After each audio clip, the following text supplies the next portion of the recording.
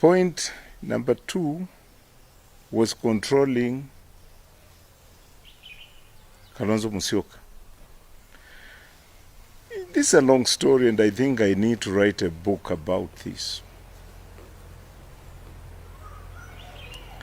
In 2007, I'm talking about the person of Kalonzo Musyoka.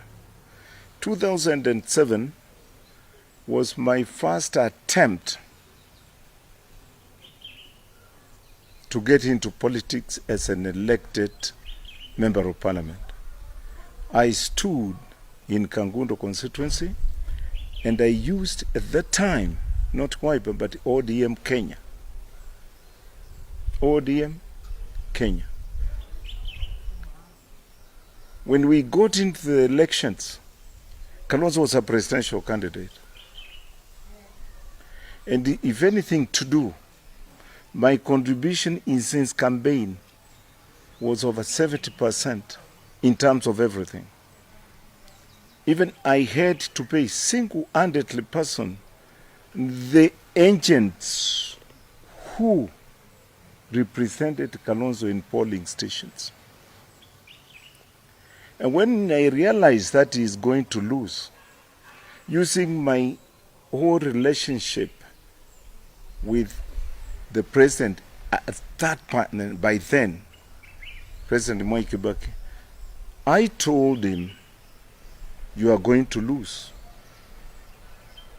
So the best thing is let me use my connections with the President Kibaki now to negotiate with him so that after the elections are over and the results are out, we can find a way of working together.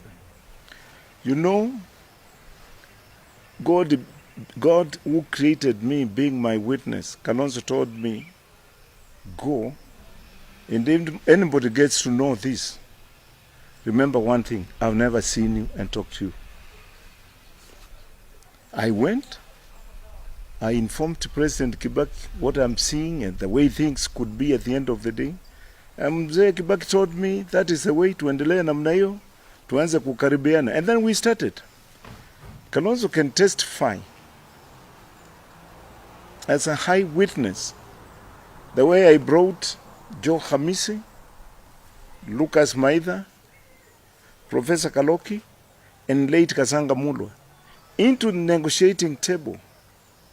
And within 2 weeks, we had worked a formula that we are going to apply. So when the results were announced and the Kibaki came up with less numbers, there was no time wasting.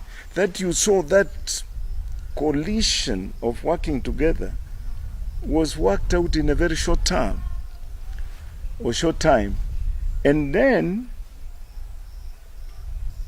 we sat down now, Kimunya, John Meshuki, Mheshimiwa Musila and myself, and signed an agreement, four of us, to form a coalition. That deal was done. So if Muthama was not there to direct Kalonzo where to go, the man would have been just including ourselves in the opposition with very small number of MPs comparing to Kibaki and Raila Amolo Odinga. I'm surprised he doesn't appreciate that.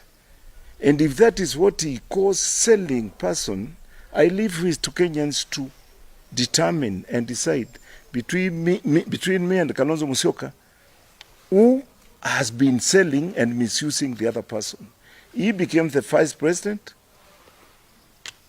I was just a government chief whip. And I started by being government chief whip by being deputy chief whip. And then I went, after though lost the election, I became the chief whip of the government. But he remained the president of Kenya. So 2013, I worked for him because he could not become anything alone. Anything alone. He could not become. And I don't want to say here what happened between himself, Ruto, and Uhuru.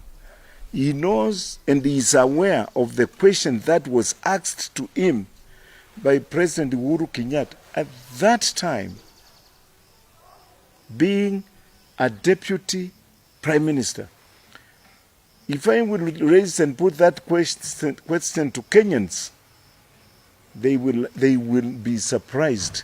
What kind of a person is this of Kalonzo Musyoka? I don't want to go into that. And when I realized he has lost, I bargained with Raila for him to be running mate to Raila. He was not able to do that. And that's why he takes it like I have been misleading him, misdirecting him. But he could not do it for himself. 2017 was the same.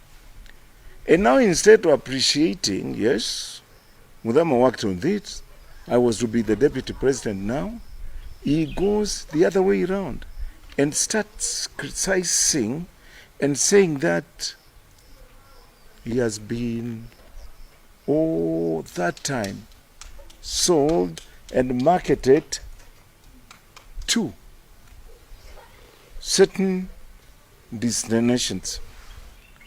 Now he's with Uhuru. And we saw the other day, the Murade who received him, Murade who received Kalonzo, saying Kalonzo stands no chance in that setup to be the presidential candidate. The person who should be considered and he should be used working with him is Raila Amolo Odinga. Who sold him now to that kind of a situation? It's not me. Secondly,